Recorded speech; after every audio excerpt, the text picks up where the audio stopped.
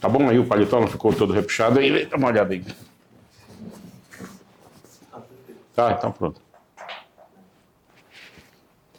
Oi, pessoal, para você que está acompanhando as multiplataformas do BT, hoje nós vamos ter uma entrevista exclusiva sobre o caso Luma Boni. Nós vamos conversar com o advogado de defesa de Maurício Filho, que ficou conhecido como Heterotop.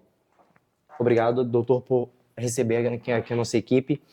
A gente vai começar falando sobre a questão por que a defesa está trabalhando com uma possível hipótese de homicídio no caso da Luma. É uma satisfação receber o BT+, entendeu? Com essa entrevista, né?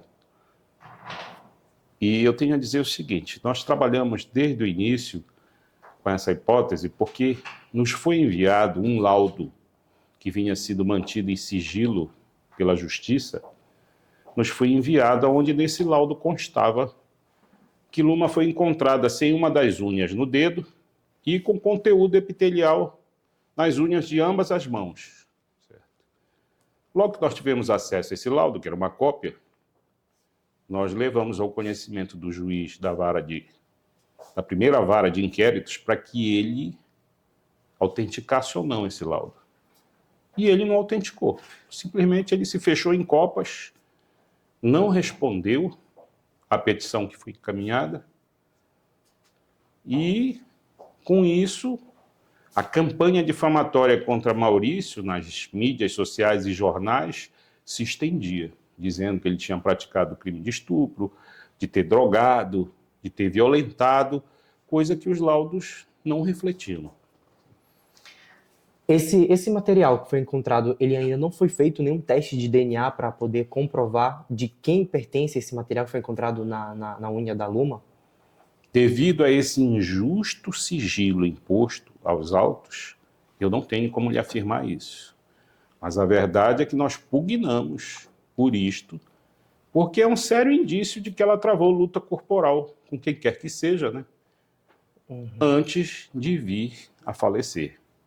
Uma coisa é certa, essa acusação não pode ser imputada a Maurício Filho, porque Maurício Filho esteve com ela somente no dia 6. Ela faleceu no dia 9, madrugada do dia 9, ou seja, Maurício Filho não estava com ela. Eles não tiveram contato durante Não tiveram esses mais dias. contato nenhum a partir do dia 6. Bem, fato novo é que nós tivemos acesso a um boletim de ocorrência ontem na noite, na madrugada do dia 9, o tio de Luma comunicou à autoridade policial que Luma tinha tido uma forte briga com o ex-marido, namorado, com quem ela vivia há mais de ano, e ele teria a deixado no apartamento da avó, da onde na madrugada ela se suicidou, ou foi empurrada. Isso aí quem tem que esclarecer é a autoridade policial. Quando esse boletim foi registrado? Esse boletim foi registrado no mesmo dia em que ela foi encontrada, estatelada no chão. E aí o que dizia nesse boletim? Dizia mais ou menos o seguinte, que ele vinha comunicar o fato de sua sobrinha Luma Boni ter se suicidado após ter uma briga na noite anterior com o seu marido, a pessoa com quem ela vivia, né, que ele a teria deixado na casa da avó e a avó não percebeu que durante a madrugada ela teria se jogado da sacada da sala do dito apartamento.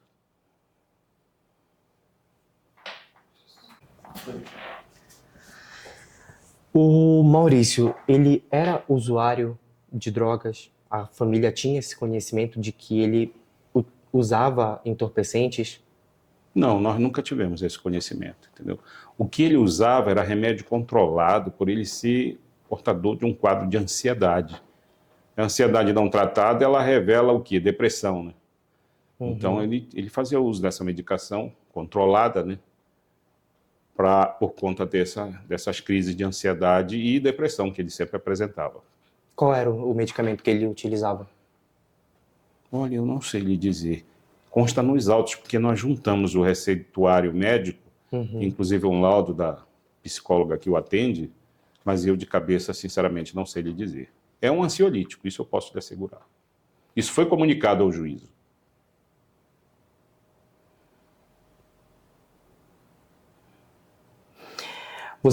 A defesa alega que o encontro entre a Luma e o Maurício ocorreu apenas no dia 6. Não, eu não alego, eu sustento de acordo com as provas que existem nos autos, né?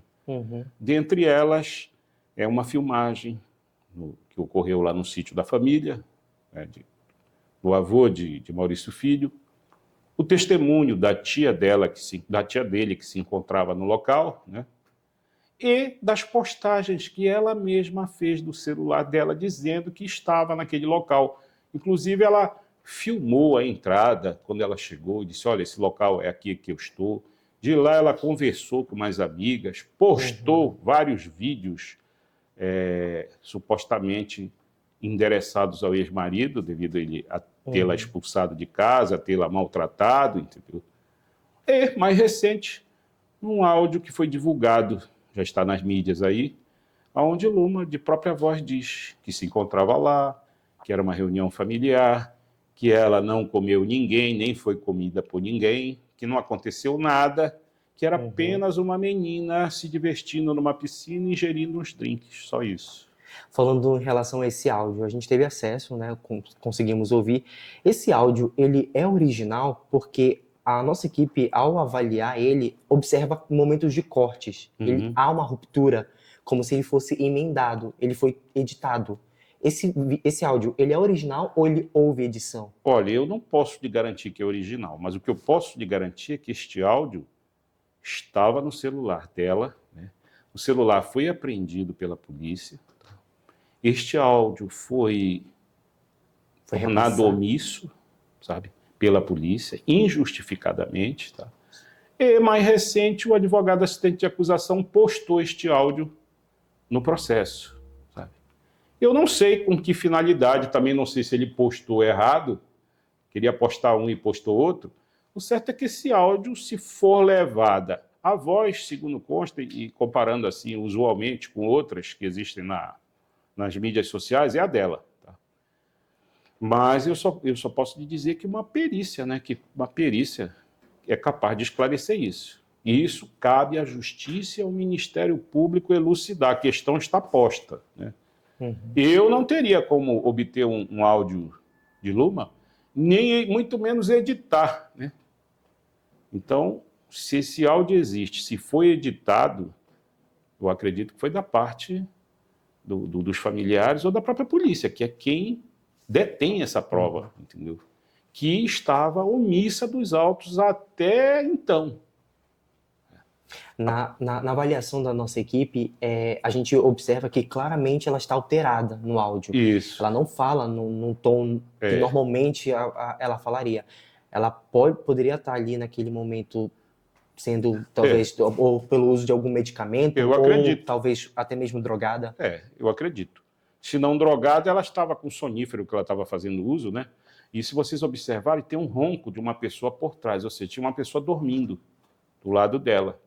Eu escutei várias vezes e parece que tem um ronco. Mas eu não posso afirmar isso, certo? Não posso. Agora, o que é interessante é que ela narra exatamente o que aconteceu no dia. Bate com a versão de Maurício, bate com a versão das testemunhas que se encontravam no sítio, né? E vem da própria voz dela, certo? Então, isso deve ser investigado para se chegar à verdade real, né? A questão foi posta, assim como foi posta a omissão da autoridade policial em relação a estes indícios de luta corporal, né, de defesa de Luma, e não tinha sido feito nada até então. Eu não sei se está sendo feito, por quê? Porque a justiça grava de sigilo grau 4 e não fala nada para ninguém, a imprensa não tem acesso, nada disso. Entendeu? Que eu acho, na minha opinião, isso é um absurdo. Isso é um absurdo. Se a vítima está morta, né, se tem uma suspeita de crime, de homicídio, né, esse processo tinha que ser público. Um livre acesso à imprensa, até que a imprensa possa cobrar a apuração. Né? Mas não. Os processos contra Maurício, a gente verificou esse ardil, né, que eu denuncio. A justiça priva de serviço, priva de sigilo o inquérito, enquanto isso fornecia dados processuais, imagens, áudios e vídeos encontradas nas mídias sociais de Maurício e nos celulares apreendidos, portanto, provas gravadas de sigilo, mas que eram entregues a Bruna Lohane, que indiscriminadamente começava a fazer a campanha. Não só ela, vários artistas foram chamados a se manifestar, entendeu? Sempre no sentido, a retórica é, Maurício a traiu para o sítio, a embriagou, a drogou, abusou sexualmente dela, tentou extorquir dinheiro dela, entendeu? E por conta disso ela se matou porque não aguentou essa pressão psicológica. O laudo vem e revela o contrário. Revela sim que houve a presença de LSD na urina dela, mas ela não estava embriagada, ela não foi abusada sexualmente, não há indício nenhum tipo de indício de violação sexual. E que o uso do LSD, como já se encontrava na urina, ou seja, já estava inerte às propriedades, digamos assim, psíquicas da droga, né? Os efeitos psíquicos da droga já estavam inertes, já estava na urina a substância. E, através de um estudo técnico que a defesa providenciou, através da contratação de um farmacêutico bioquímico, ele, citando larga doutrina existente, ele deixa bem claro que o uso do LSD, desde a hora do uso pela pessoa até a hora que chega na urina e é excretado, dura no máximo 9 horas. Ora, se o laudo diz que quando ela foi periciada, já morta, se encontrava LSD na urina dela, então significa dizer que ela somente poderia ter usado essa droga até 9 horas antes do óbito. E 9 horas antes do óbito, ela nunca esteve com o Maurício. Ela esteve com o Maurício 72 horas antes do óbito. Então, isso comprova, infelizmente, que ela era usuária de drogas. Infelizmente, comprova isso. Porque eu não posso botar em xeque uma instituição como o Instituto Médico Legal Renato Chaves, diante dos relevantes serviços que ele presta no estado do Pará. Né? Tá então, certo. A gente corta aqui, para a gente pegar essa... Posso seguir? Pode. A defesa afirma que o Maurício viu nas redes sociais da Luma que ela estaria solteira, à procura de um momento ali de diversão, e aí a partir disso ele mandou mensagens para ela para tentar marcar talvez um encontro, ter um contato com ela ali naquele primeiro momento. A irmã da Luma, ela afirma em depoimento para a justiça que a Luma conheceu o Maurício em uma festa. Isso em um estabelecimento chamado Biruta, na noite do dia 5 para o dia 6, que seria de um sábado para o domingo.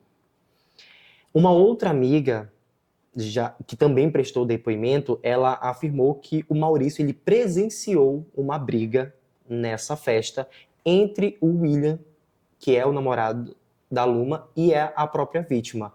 E aí, a partir disso, que o Maurício começou a mandar mensagens no Instagram da Luma. O que a defesa tem a dizer em relação a o que ela coloca, o que vocês afirmam e esses dois depoimentos dessas duas testemunhas? A defesa ela afirma o que o acusado, né, referiu no seu depoimento. Ele disse que, por volta das 9 horas ou 10 do dia 6, Luma começou a publicar nas suas redes sociais que estava solteira, certo? E que gostaria de ir para um local para esfriar a cabeça, tal e coisa parecida, entendeu? Foi aí que ele começou a falar com ela, né? E ela aceitou o convite de ir para uma reunião familiar no sítio do avô dele, certo? Até onde consta isto. Agora, é importante que se diga que a família Boni, principalmente essa moça Luara, elas foram usadas neste processo para criar uma retórica, uma historinha, entendeu? Totalmente incondizente com a verdade, certo? Para você ter uma ideia, essa investigação começou, segundo consta nos autos, motivada por Luara, certo? Mas, na verdade, a autoridade policial tomou conhecimento do fato através do tio de Luara. E o tio de Luara foi categórico em dizer que Luma tinha brigado na noite anterior com o marido, né? que ele a tinha levado na casa da avó, onde ela pernoitou e em seguida se suicidou. Né? Mas a retórica era essa, era querer dizer que Maurício havia a conhecido no Açaí Biruta, salvo engano. Isso não corresponde à verdade. Vários trechos de conversa, filmagens que existem nos autos, em momento nenhum, a conversa nenhuma de Luma com Maurício, ela nem conhecia, não há nada. Isso foi, digamos assim, foi uma versão dada para tecer essa teia aí de acusações contra Maurício Filho. Existem prints dessa conversa entre o Maurício e a Luma do dia 5, quando ele diz que viu esses stories dela? Com certeza devem existir, mas estão no HD dos celulares dele, ou então na mídia, né, na nuvem da mídia, e a polícia não os divulgou. Nada que favorecesse Maurício, na defesa de Maurício, a autoridade policial divulgou. Ela só divulga aquelas situações que poderiam colocar, digamos assim, em dúvida a conduta de Maurício. Então, eu não posso lhe responder, mas ele diz que conversou com ela e que ficou na mídia, na memória do celular dele, está lá. Mas a autoridade não divulga. A defesa não teve acesso não a esse tive acesso material. até hoje, estou representando na OAB.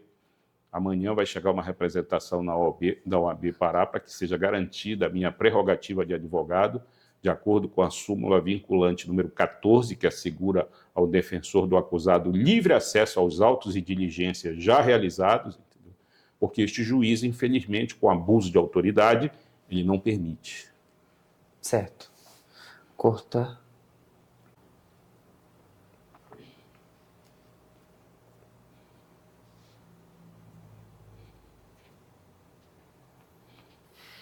Quer falar do advogado lá, que é o mesmo advogado das outras mulheres que acusam o Maurício, que isso é um absurdo, já representei na OAB também contra ele, o advogado do diabo, né? A gente já vai chegar. Posso seguir? Pode. Tá. A defesa fala sobre falhas nesse processo, na condução desse processo.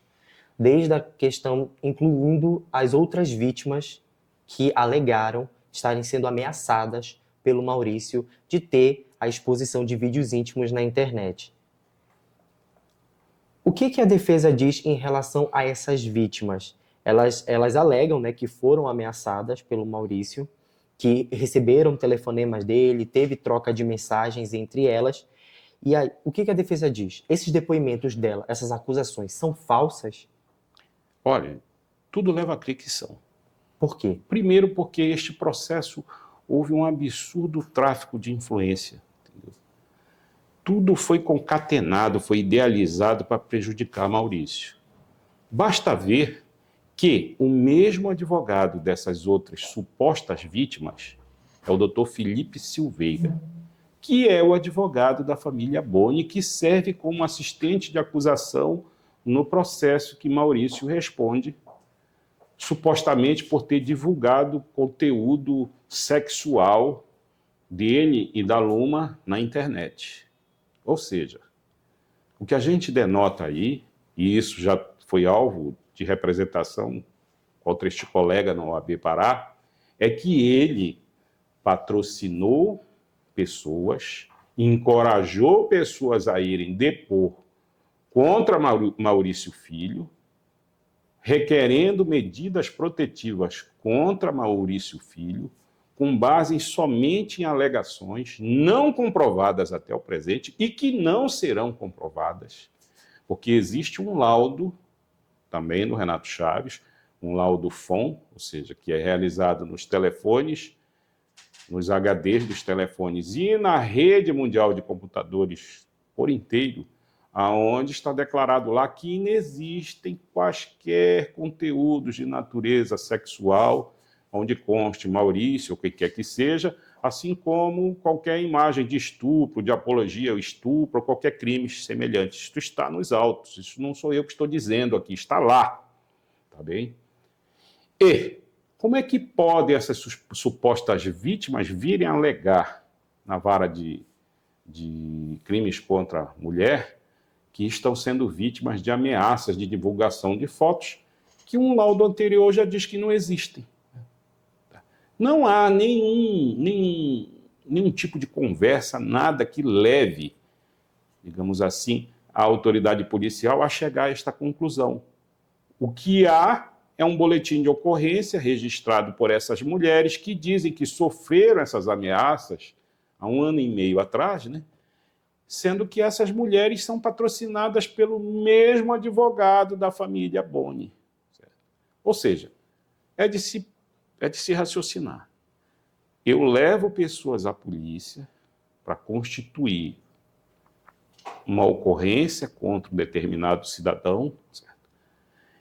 E me utilizo dessas acusações e destas testemunhas para acusar Maurício em outro processo, do qual eu também sou advogado do pai da suposta vítima. Está mais parecendo o quê? Um acordo, né? Um acordo de vontades para simular uma prova para que esse advogado obtenha vantagem pessoal para ele ou para outrem, né? Porque, no caso, ele usa essas moças para produzir prova contra Maurício e ele resgata essas moças, utiliza também para servirem de prova contra Maurício num outro processo, onde tem um outro cliente interessado na condenação de Maurício. Isso é claro, isso está nos autos, isso está na representação da OAB. O artigo 20 do Código de Ética, do Estatuto da OAB, ele é bastante claro. O advogado não pode atuar de modo que, patrocinando uma causa, ele venha a obter vantagem pessoal ou a outrem, se utilizando desta causa, entendeu? É a famosa advocacia do diabo. Ou você advoga para Deus ou você advoga para Mamon. Para os dois você não pode advogar, certamente porque o Código de Ética fere. Tá? Então isso é mais uma evidência dessa história forjada contra Maurício, que o mesmo advogado é advogado da família Boni e é advogado de todas as moças que acusam Maurício, sem provas. Sem provas. Uma dessas vítimas, ela afirma que ela foi estuprada pelo Maurício, e isso tem um laudo, né, que foi emitido pela Maternidade do Povo. Uma das vítimas afirma que foi vítima de estupro pelo Maurício.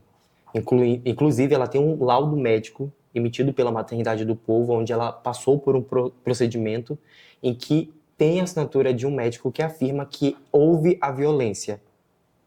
Isso também seria mentira, de acordo com a defesa? Isso é um absurdo. Né? O processo penal, o devido processo legal, ele tem uma forma, entendeu, legal a ser obedecida, tá?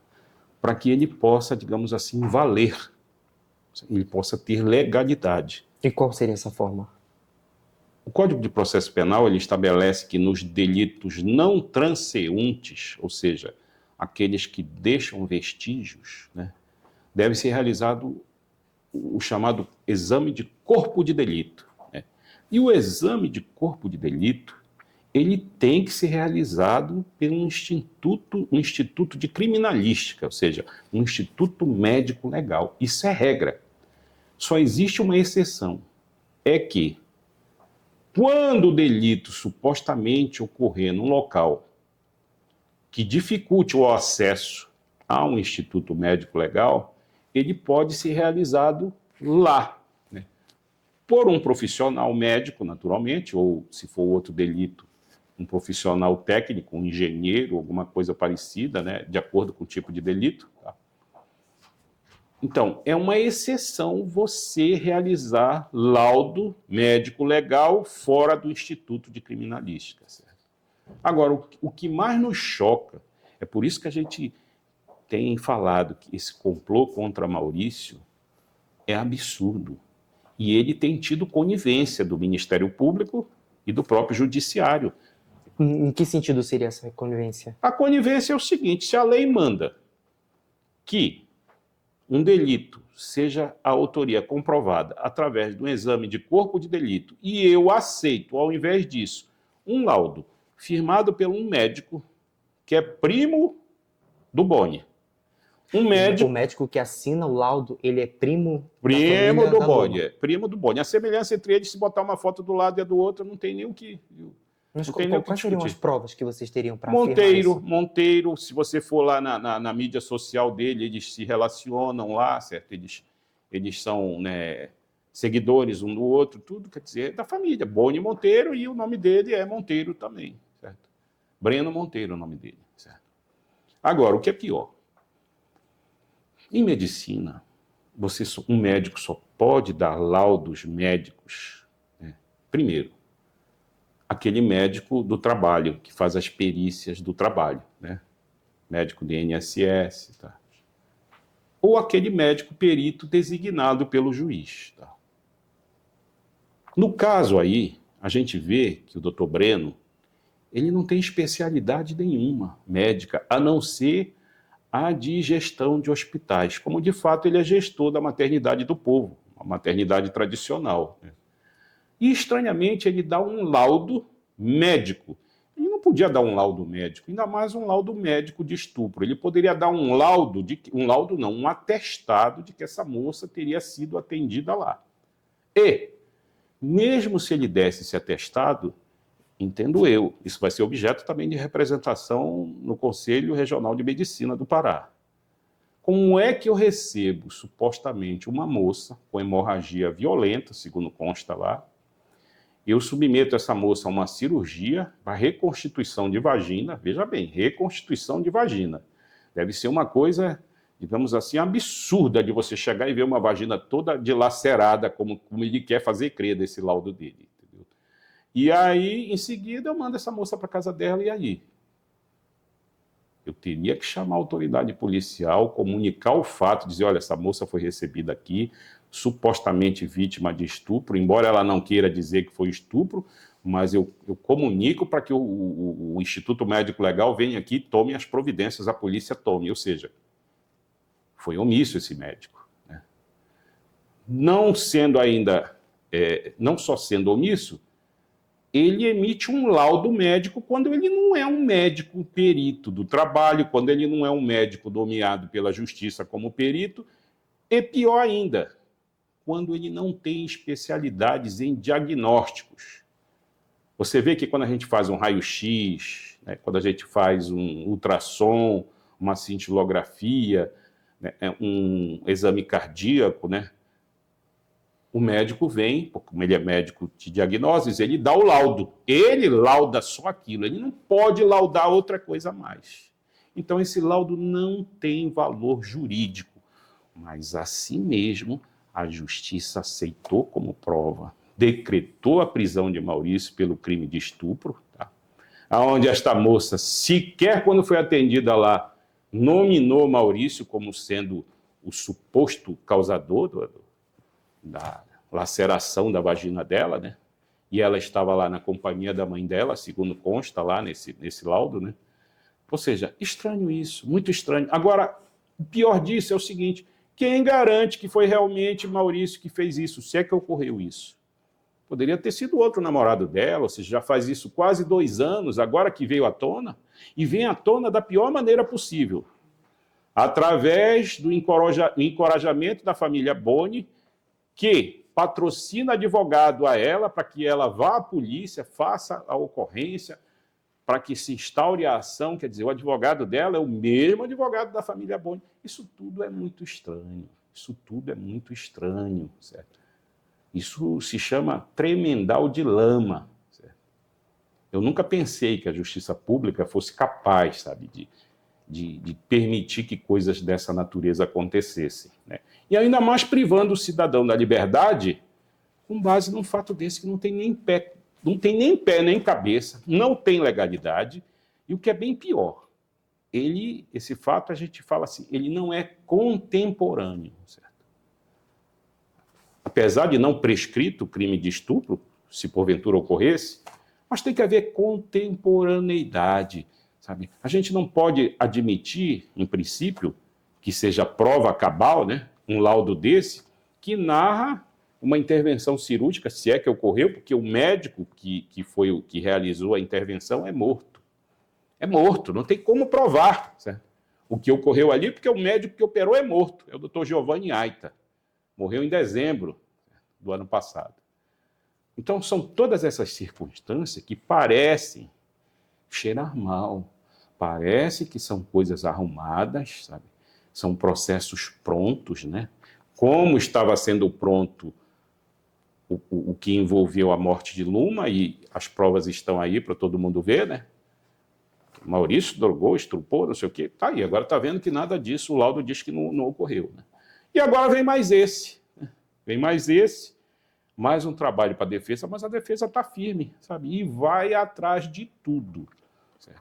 Este médico não poderia ter feito esse tipo de procedimento, de laudar um suposto crime de estupro. Ele não tem competência para isso, certo? E nem tem competência como diretor de hospital de dizer que houve realmente aquilo. Não, certo? Ele poderia, no máximo, dar uma declaração, né, dizendo que ela foi atendida, mas dizer que foi vítima de estupro, isso jamais. Né? Mas ele deu. Então ele vai ser responsabilizado por isso. Corta.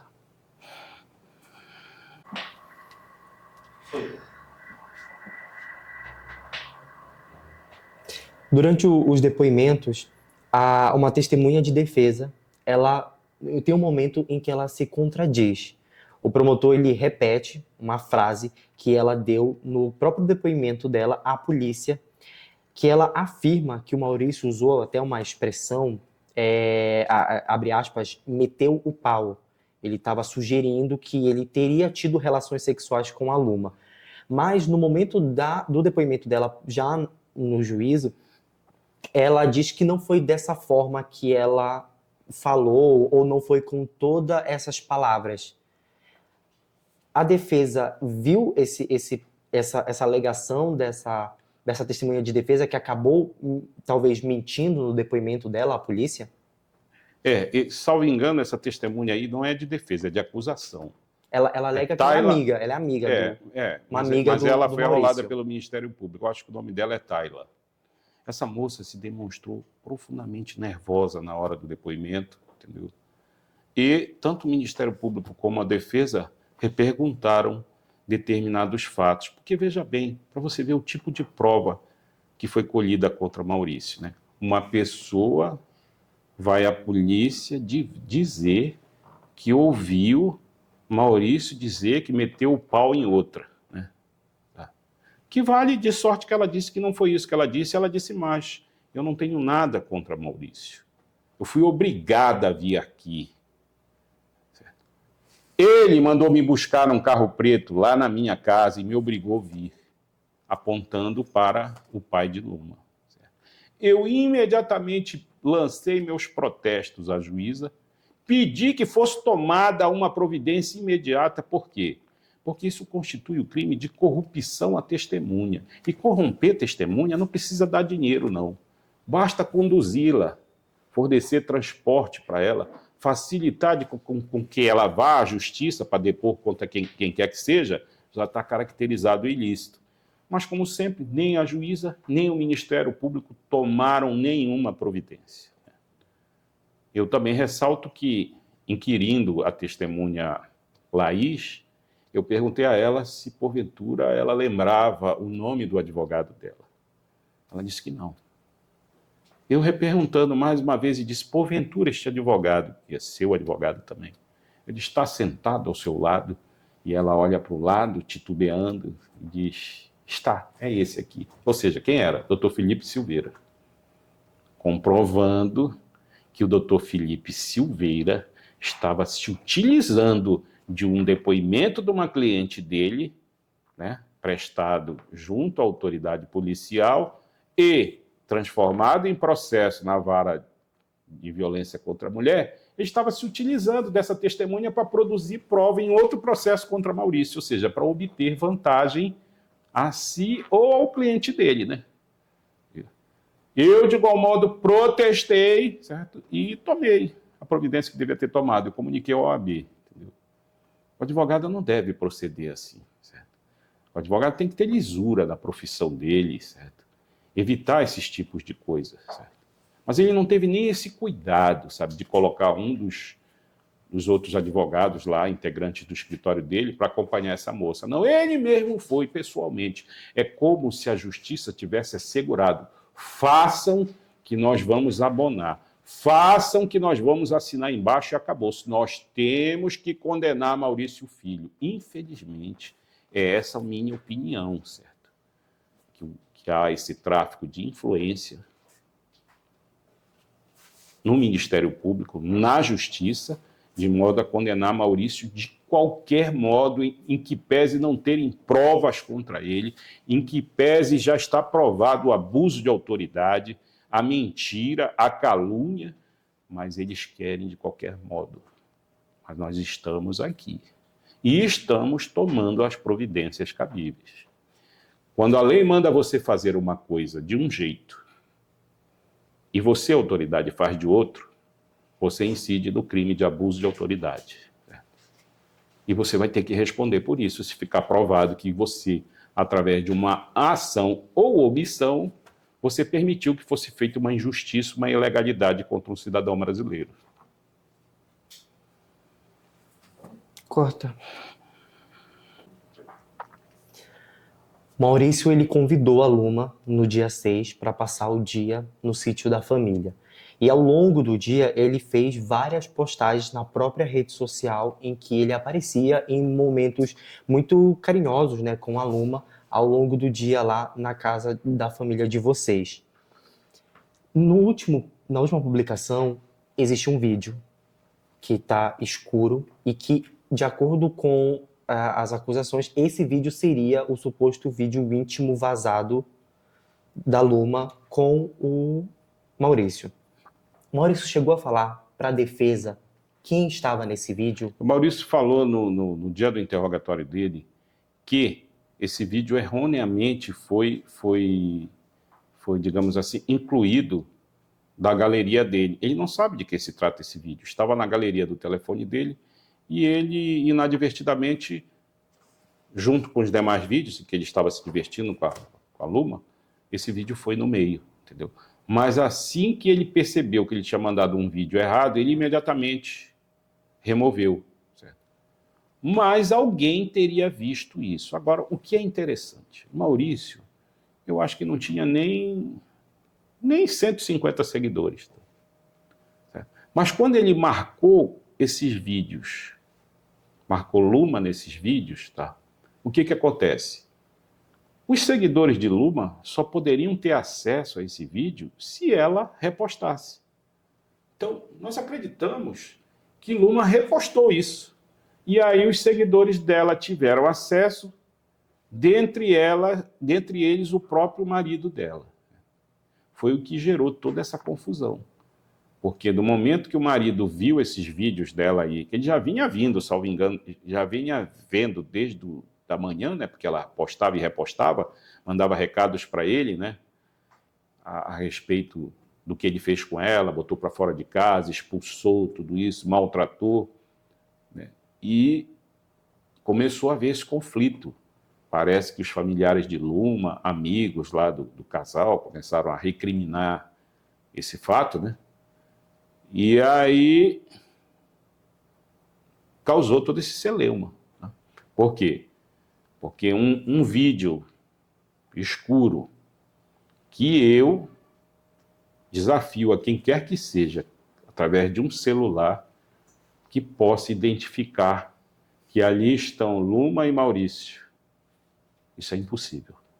Tanto é que todas as testemunhas ouvidas em juízo, eu reperguntei a elas se elas poderiam identificar Luma ou Maurício naquele vídeo. Elas foram unânimes. Não podemos, está no escuro. Certo?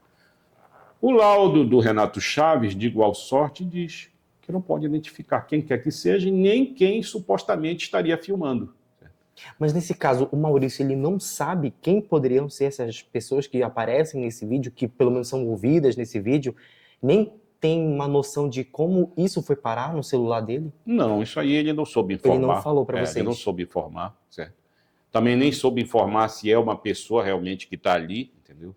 Porque você há de convir o seguinte, é um vídeo escuro, né? Foi aumentado 1 milhão de vezes para se chegar a uma conclusão que supostamente seria uma mulher de calcinha vermelha ou calcinha alaranjada. Isso também, de outra maneira, já digamos assim, inocenta Maurício, porque se vocês olharem nas imagens que estão sendo divulgadas na internet, a calcinha de Luma era preta. Ela estava de biquíni preto, certo?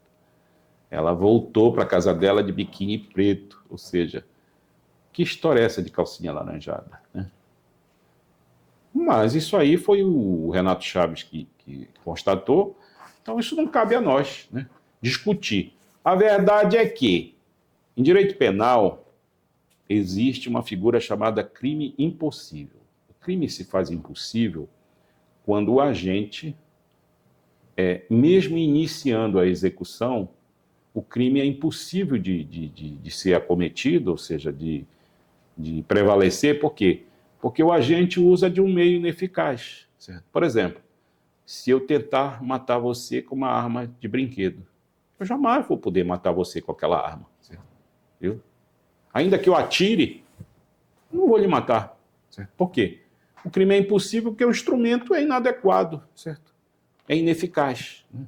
Você alegou que o Maurício tinha poucos seguidores, tem poucos seguidores nas redes sociais dele. O perfil dele era fechado no Instagram, porque para ela ter repostado, o perfil dele precisava ser aberto, porque daí senão entra uma notificação para ele poder liberar que ela conseguisse repostar aquele conteúdo.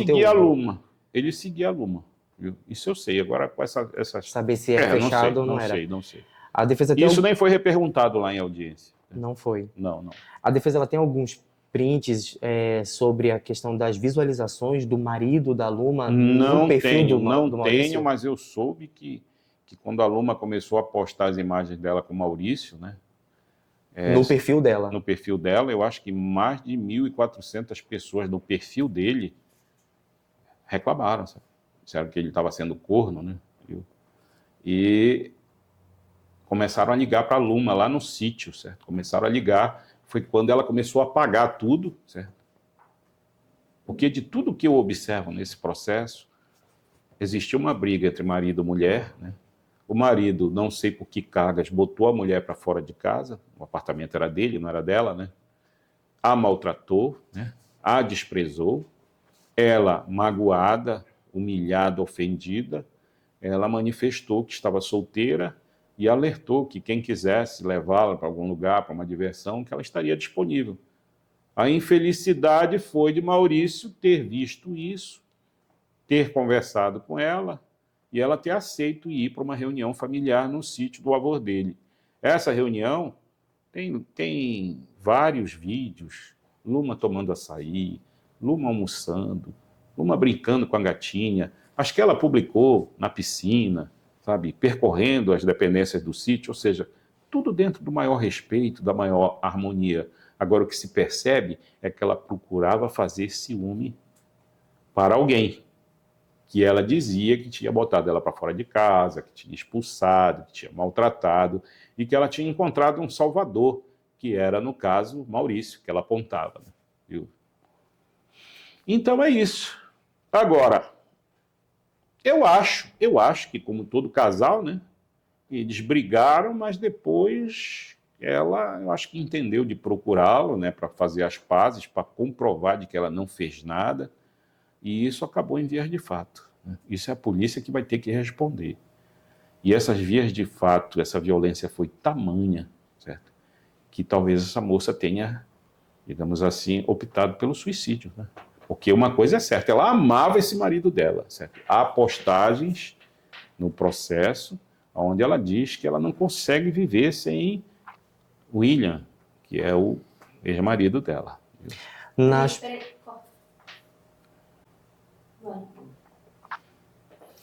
Nas publicações que o Maurício fez ao longo do domingo, em que ele esteve com a Luma lá no sítio da família, a defesa não tem essa informação se o perfil dele era fechado ou aberto, porque você afirma que houve uma repostagem do perfil. O Maurício e a Luma, eles passaram um dia do domingo no sítio da família de vocês. Depois de lá, qual foi o trajeto que o Maurício fez com a Luma? Segundo o Maurício declarou na audiência de interrogatório, e a cuidadora da avó dele através de uma ata notarial declaratória, Maurício chegou com Luma por volta, acho que, das 18 horas, na residência dele, com a mãe dele, porque Luma queria tomar um banho, porque ia se encontrar com o marido, certo? E, de fato, ela entrou, levou cerca de 20 minutos, ela tomou banho no banheiro de cima e ele tomou banho no banheiro de baixo.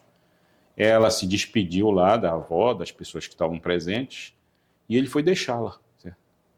Foi deixá-la às proximidades lá do apartamento do marido dela. Ele só veio a falar com ela, eu acho, que na segunda-feira, através de 2 mensagens pelo WhatsApp, onde ele perguntava como é que estavam as coisas, ela dizia que ela tinha feito uma exposição muito grande, que o marido dela não estava aceitando isso, mas que ela precisava era dormir. Textuais disso, eu acho. Que ela só precisava dormir. Ou seja, não há nesse processo nenhuma prova de que Luma ficou indignada, injuriada com as publicações, até porque ela foi parte efetiva de tudo isso, né? Esses beijos aí, em momento algum, demonstra que Maurício estivesse lá ameaçando, coagindo, constrangendo. Não, pelo contrário, eles estavam lá, eu até acredito que simulando uma situação para fazer ciúmes para o marido, né?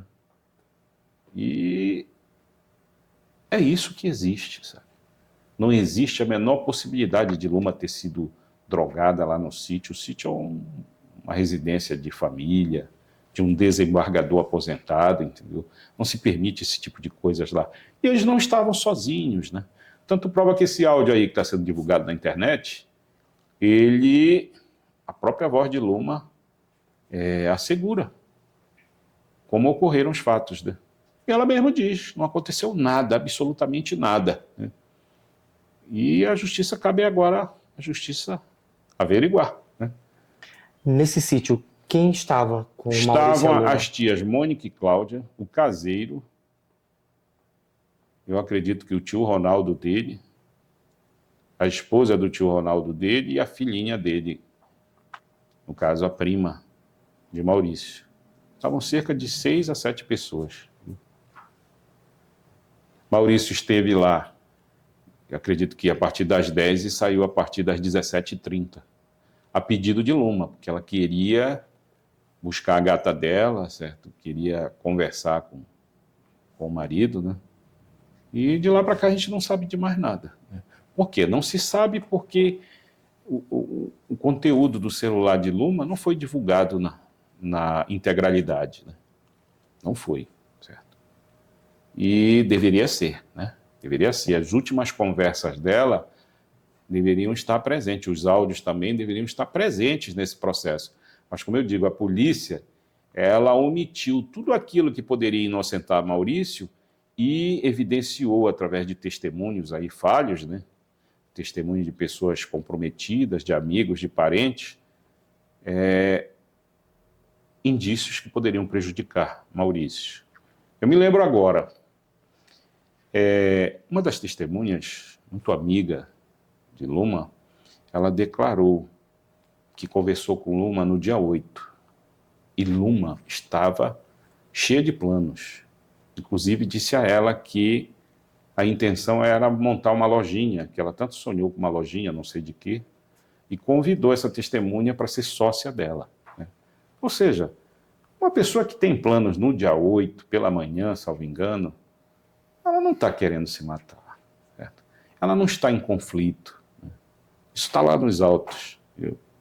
Agora, alguma coisa aconteceu pela tarde e pela noite do dia 8, que foi fundamental para que Luma tomasse a atitude que tomou. Se é que ela se suicidou. De repente, Luma pode ter sido empurrada pela sacada, né? Indícios tem. Indícios de que ela brigou com alguém existem. Mas a justiça não apura, né? A justiça omite essas provas, certo? A justiça quer que Maurício pague por um crime que ele não cometeu, porque ele não estava com Luma no dia 7, no dia 8, no dia 9. Né? E o fato de não estar com ela é suficiente para provar a inocência dele. Viu? Ela estava no apartamento da avó. A avó sequer foi ouvida até hoje. Como é que uma pessoa supostamente se suicida da sacada do apartamento da casa da avó e essa avó não é ouvida? Por quê? Então, tem certas nuances, certos fatos nessa investigação que, digamos assim, elas são muito falhas e elas denotam que a autoridade policial foi manipulada ou manipulou essa história todinha de modo a prejudicar Maurício. Eu não sei qual o motivo, eu queria entender esse motivo, de pura e simplesmente prejudicar uma pessoa sem provas. Essa testemunha, que é muito amiga da Luma, ela alegou.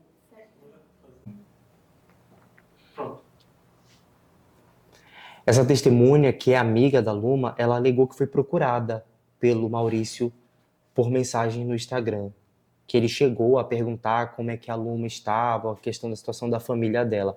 A defesa teve conhecimento disso, dessas conversas entre o Maurício e essa amiga da Luma? Se eu não me engano, a moça disse lá no depoimento dela, entendeu, que teria ocorrido essa iniciativa de Maurício de saber fatos, porque até ele ficou estupefato de saber que Luma tinha tirado a vida, né? E, salvo engano, ele teria perguntado para ela, né? Isso é o que ela diz. Agora, o que eu quero ressaltar para vocês também é outra irregularidade, certo? O STJ, ou seja, o Superior Tribunal de Justiça, e o STF, Supremo Tribunal Federal, eles já se sedimentaram em jurisprudência que simples prints de conversas não constitui prova, certo? Para que eles constituam prova, eles precisam ser revalidados através de uma perícia, tá? Ou seja, se você tem prova contra mim no seu celular, você precisa levar o seu celular até a autoridade policial faz a apreensão do seu celular, manda para o Instituto de Criminalística, eles fazem, viu, o mapeamento das notícias, das informações que estão lá todinhas, extraem o conteúdo e produzem um laudo, né, tá? Para que isso seja tido como prova em processo penal e em processo civil. Nesse processo movido contra Maurício, injustificadamente, prints de mensagens foram adicionados ali da seguinte maneira. Eu nunca vi isso em processo penal. É uma novidade na Justiça do Pará. A delegada pede que a pessoa firme uma declaração permitindo que ela extraia os dados, certo? Aí a delegada não é perita, entendeu? Não tem peritos trabalhando com ela, porque os peritos ficam lá no Renato Chaves, né? Aí ela, de posse dessa simples declaração ou autorização, ela extrai supostamente o conteúdo e junta no processo. Ou seja, contra a lei. O Supremo já disse que tem que levar a perícia. Esses prints que existem aí nesse processo, nenhum deles foi levado à perícia. Foram extraídos dentro da própria delegacia pela delegada. E nem poderão mais ser levados a perícias, por quê? Porque não foi preservado o que a gente chama em direito, que é a cadeia de custódia. A cadeia de custódia são todos os atos que a autoridade policial deve manter para assegurar que um objeto possa ser periciado incólume de dúvidas. Ou seja, o primeiro deles é a apreensão, o segundo é a lacração, o terceiro é o transporte para o Instituto Médico Legal. Lá no Instituto Médico Legal existem os protocolos de perícia, certo? É deslacrado o objeto, é filmado, o conteúdo é extraído, é transformado num outro vídeo que é criptografado, entendeu? É emitido um laudo e vai para a justiça. Isso não ocorreu nos processos contra Maurício. É tudo feito na marra. Não, porque isso está no print ali. O print pode ser editado, pode ser feito a qualquer momento, ainda mais com o celular dele apreendido lá. Entendi. Só voltando à questão um pouco da testemunha, essa amiga da Luma, ela afirmou lá no depoimento que ela teve, né, esse diálogo com o Maurício, nessas trocas de mensagens, e ela, inclusive, questionou ele em relação a esse vídeo, né, esse vídeo que foi a última publicação dele, perguntando se ele não tinha noção do que ele tinha feito, fazendo essa relação de que a Luma teria se suicidado por causa dessa publicação do vídeo que o Maurício tinha feito. A defesa questionou isso? Veja bem. o testemunho de pessoas que não prestam compromisso legal, e todas, foi observado isso, porque todas nutriam com Luma uma relação de parentesco ou de amizade, entendeu? Então, esses testemunhos, eles não têm, digamos assim, eles não são tidos como pura verdade, eles são peças informativas, certo? O juiz não pode se valer deles para afirmar que determinado ato ou não deixou de acontecer na esfera do processo. Por quê? Porque a testemunha ela não está obrigada a dizer a verdade. Se ela não está obrigada a dizer a verdade, não significa dizer que ela declarou não pode ser tomado como verdade. Entendeu? Então, diante do fato de todas essas testemunhas terem sido contraditadas pela defesa, eu não insisti em perguntar uma coisa que, embora ela diga que sim ou não vai ter eficácia para o processo. Certo? Por quê? Porque ela não é uma testemunha idônea, certo? Ela não assumiu o compromisso de dizer a verdade, somente a verdade, sob as penas do crime de falso testemunho. Ela é uma mera informante, informante informa. A informação, necessariamente, não tem um condão de gerar uma prova. Tá? Então, eu não insisti nisso. Corta. Estão demais hoje, porra. Eu nem ensaiei, porra, vocês estão... Uma outra situação que teve uma repercussão muito grande, inclusive na mídia, é de uma série de postagens no Instagram que uma influenciadora divulgou um vídeo que também foi compartilhado, né, nas redes sociais, no qual o Maurício ele desdenha de uma das medidas protetivas que foram arbitradas contra ele pela justiça. Segundo essa influenciadora, o acusado ele estava se referindo a uma medida protetiva que foi pedida em favor da própria madrasta. Na época, ela estava grávida de 4 meses e o acusou de violência psicológica e ameaças, além de importunação. Aí, devido a essa medida judicial, o acusado ele foi obrigado a sair da casa do pai, além de ter que cumprir outras medidas restritivas e cautelares. O que a defesa do Maurício tem a dizer sobre essa medida que foi pedida pela madrasta? Veja bem, conflitos familiares, eles têm que necessariamente ser resolvidos digamos assim, dentro da própria família, né? Tá. Mas determinada pessoa tem o livre-arbítrio de decidir resolvê-los na justiça. Ainda mais essa relação entre madrasta e enteado, né? Viu? Que a gente sabe que, por mais que a gente queira que seja a melhor do mundo, mas nem sempre é, né?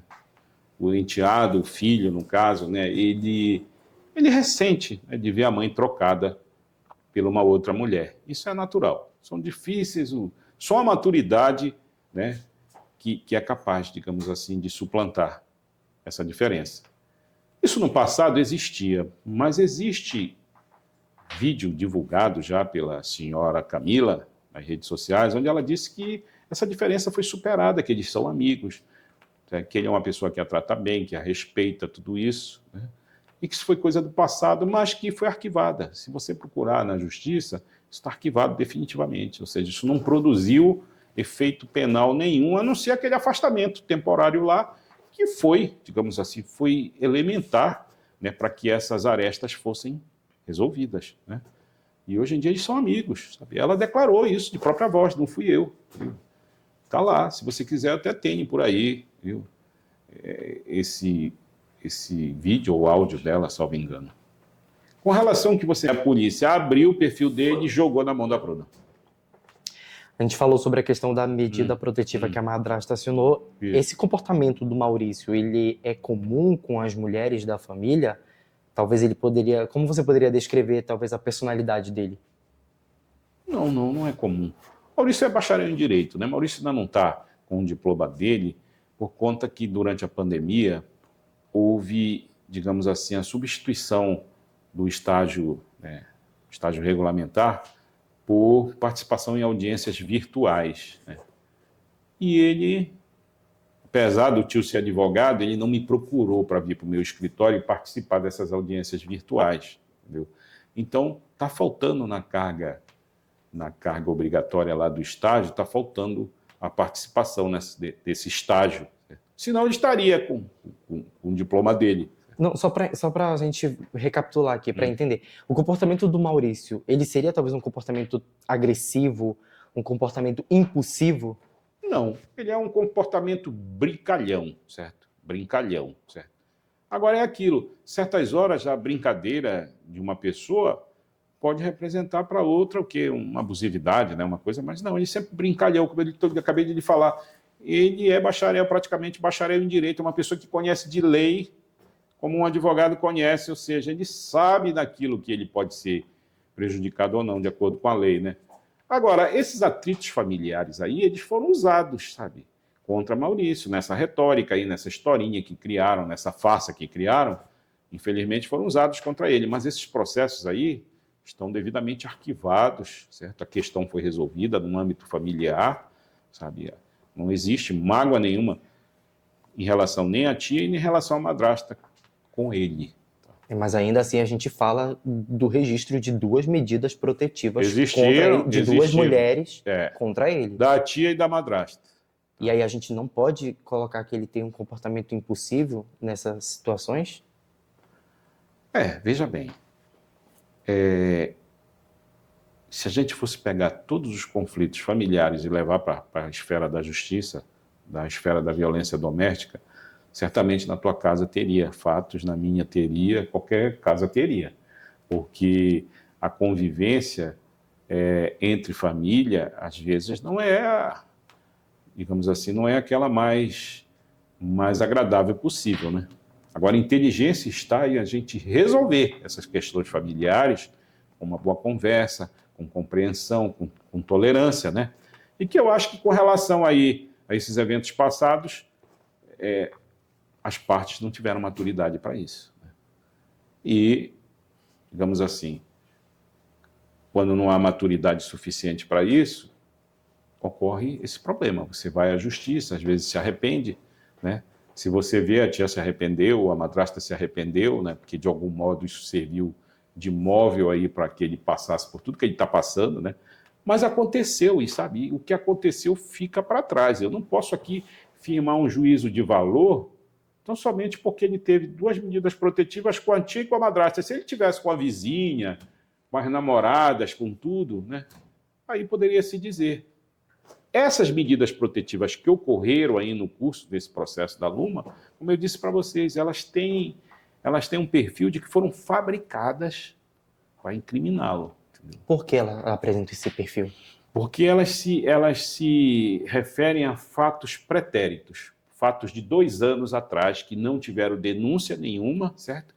E que, segundo as declarantes lá, né, segundo as supostas vítimas, elas se encorajaram a denunciar Maurício depois de que elas souberam que Maurício estuprou, drogou e abusou de Luma.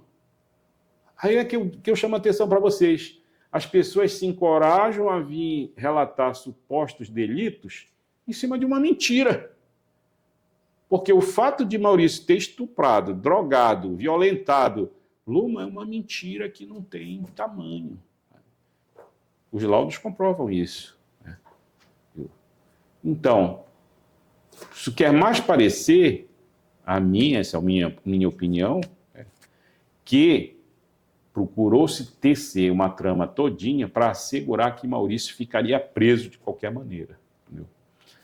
Essa trama era tão certa e tão garantida por quem quer que seja, que até hoje esses inquéritos não foram concluídos. Ou seja, existiu a denúncia, foi decretada a medida protetiva e não há provas das supostas ameaças, das supostas fotos que poderiam ser publicadas.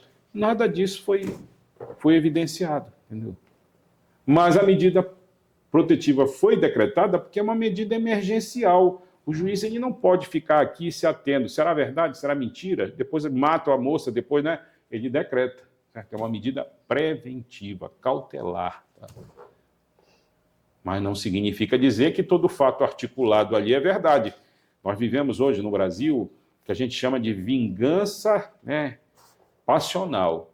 A namorada briga com o namorado e vai dizer que foi estuprada por ele. A mulher briga com o padrasto da filha dela e vai dizer que o padrasto assediou a filha. Isso é muito comum, eu vejo muito, eu advogo muito dessa esfera. Entendeu? Eu tenho um processo agora recente que a mulher denunciou o marido de que ele tinha estuprado a enteada. Quando o laudo chegou, a menina é virgem. Como fica? As denúncias... Peraí, só recar, aí vai ser a última. Vamos. Tá bom. As denúncias terem sido feitas tanto tempo depois, elas não descaracterizam o fato, né? E às vezes as pessoas realmente levam mais tempo para fazer essas denúncias, até por vários motivos. O medo das vítimas, né, represálias, tudo isso pode, de certa forma, silenciar a vítima naquele primeiro momento. Então, essas vítimas que procuraram depois a delegacia para poder fazer essas denúncias de ameaça, incluindo essa moça que diz que foi vítima de um estupro do Maurício, elas podem ter levado, né, um certo tempo maior para poder fazer essa denúncia e através dessa, como eu posso dizer, dessa questão midiática que teve o caso da Luma, tiveram coragem para poder fazer essas denúncias. Aí a defesa vê isso de que forma? Bem, isso é a consciência delas que vai dizer no futuro, né? Eu só acho estranho, volto a reafirmar. Você é vítima de um delito, né? De uma ameaça, de um delito grave, né? E aí você continua convivendo com aquela pessoa, né? Sem manifestar nenhum tipo, por exemplo, essa Laís, namorada dele. No dia que ele se encontrava com a Luma, no sítio, ela foi uma que telefonou para ele e disse: "Estás aí com essa gorda, e não sei o quê, não sei o que mais. Né? Eu sou mais eu do que ela, eu sou mais bonita do que ela, não sei o quê." Né? Semanas depois ela vem e apresenta uma denúncia contundente, dizendo que ele ameaçou de publicar fotos dela na internet, fotos essas que não existem. Não existem. Não foi encontrado nenhum material Nada. no celular. A perícia do Renato Chaves disse que não tem nenhuma foto, nenhum arquivo dele em lugar nenhum com conteúdo sexual. Tá? Aí, veja bem, o ônus de provar cabe a quem acusa. Né?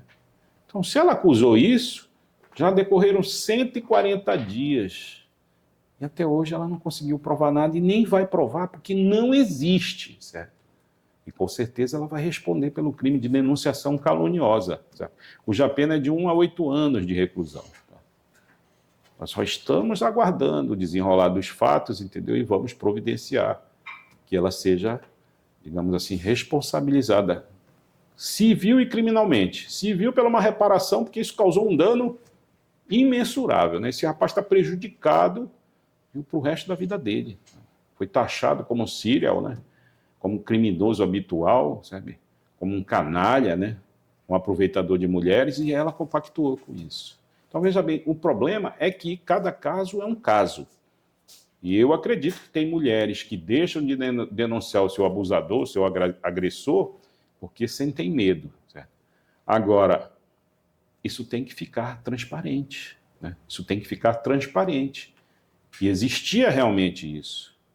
O que eu não posso é me prevalecer de 3 testemunhos de mulheres que dizem que passaram por isso e não conseguem provar isso. Sabe? Não conseguem provar. E o que a gente vê é que as provas, elas são arranjadas contra Maurício. Elas não obedecem o critério legal para que sejam tomadas como verdadeiras. Certo? Então, o que a gente vê é o quê? Manipulação processual. A gente vem denunciando isso desde o início, né? Essa manipulação que eu nunca vi. Eu tenho 35 anos de advocacia, eu nunca vi. Certo? Nesses casos contra Maurício estão sendo feitas essas manipulações que a defesa tem tido um trabalho, mas tem derrubado uma a uma. Ao todo, são quantas vítimas que alegam que foram... São essas 3 moças e ameaçadas a Luma. 3 moças e essa Luma, supostamente. Uma delas, a Laís, foi namorada dele até antes dele conhecer a Luma. Né? E as outras 2 eram pessoas que ele conheceu, conhece no dia a dia. Né? Essa vítima de estupro, ela está entre essas 3? Essa vítima de estupro, ele conheceu, não teve contato nenhum com ela, tudo, e agora ela apareceu aí como Então, vítima desse estupro aí. Então, no caso, seriam 4 mulheres? 3 mulheres e a Luma, 4. 4 mulheres. Tá. Sendo que 2 delas dizem que ele ameaçava publicar conteúdo sexual delas. Não existe esse conteúdo, segundo o laudo, feito na mídia social dele e nos aparelhos apreendidos. A Luma é o que está lá. Foi aquilo, não tem mais o que esclarecer, nem o que provar. Só recapitulando aqui para o dia da morte da Luma, a defesa trabalha com essa hipótese de que ela poderia ter sido empurrada. Não, né? eu não trabalho com essa hipótese. Eu ressaltei essa Ressalta hipótese. que ela pode ter sido empurrada. O Maurício não está sendo... Mas qual é essa linha de raciocínio para Veja vocês bem. chegarem nesse ponto? Não, veja bem. Maurício não está sendo processado como agressor de Luma, nem como aquele que induziu ou praticou o crime de homicídio em Luma. Ele está sendo processado na sexta vara pelo fato de supostamente de ter publicado imagem de conteúdo sexual que envolvia a Luma sem autorização dela. Uhum. A defesa contesta isso. Por quê? Porque uma imagem escura não pode identificar quem quer que seja. É o crime impossível. Né? As testemunhas ouvidas em juízo também confirmaram que não podem identificar quem quer que seja. O Renato Chaves disse que não pode identificar quem quer que seja. E o Renato Chaves disse que durante toda a perícia nos celulares dele apreendido e nas mídias sociais dele não há nenhuma imagem de conteúdo sexual. Então, paciência, não sou eu que estou dizendo. Eu estou defendendo com base em elementos que existem nos autos do processo. O fato da suspeita de Luma ter sido assassinada ou ter sido agredida por quem quer que seja, surgiu quando eu tive acesso ao laudo da forma que eu tive, não oficial. Porque o laudo oficial se encontra num processo que apura o suicídio de Luma, coberto de sigilo grau 4. Nem mesmo eu sendo...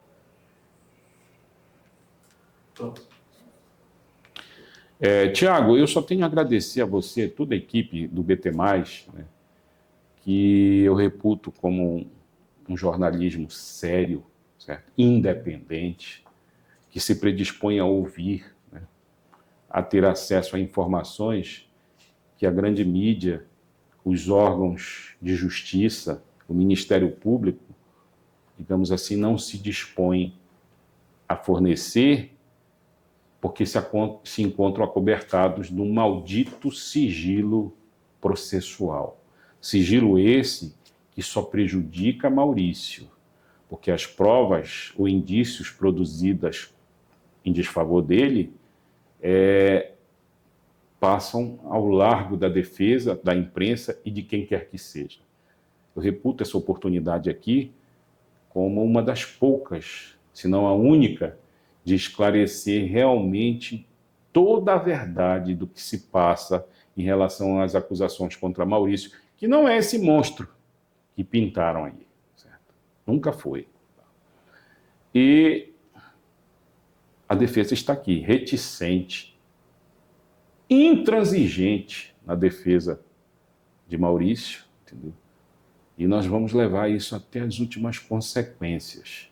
Volto a dizer, é um processo manipulado, um processo onde o tráfico de influência foi e é tamanho, onde há omissão de autoridades no que diz respeito ao devido processo legal e a garantia da ampla defesa do acusado, as prerrogativas do seu advogado, que fica impedido, embora haja súmula vinculante do Supremo Tribunal Federal, que diz que o advogado tem livre acesso toda peça, inquérito, processo produzido em desfavor do seu constituinte, mas isso não é respeitado pela Justiça do Pará.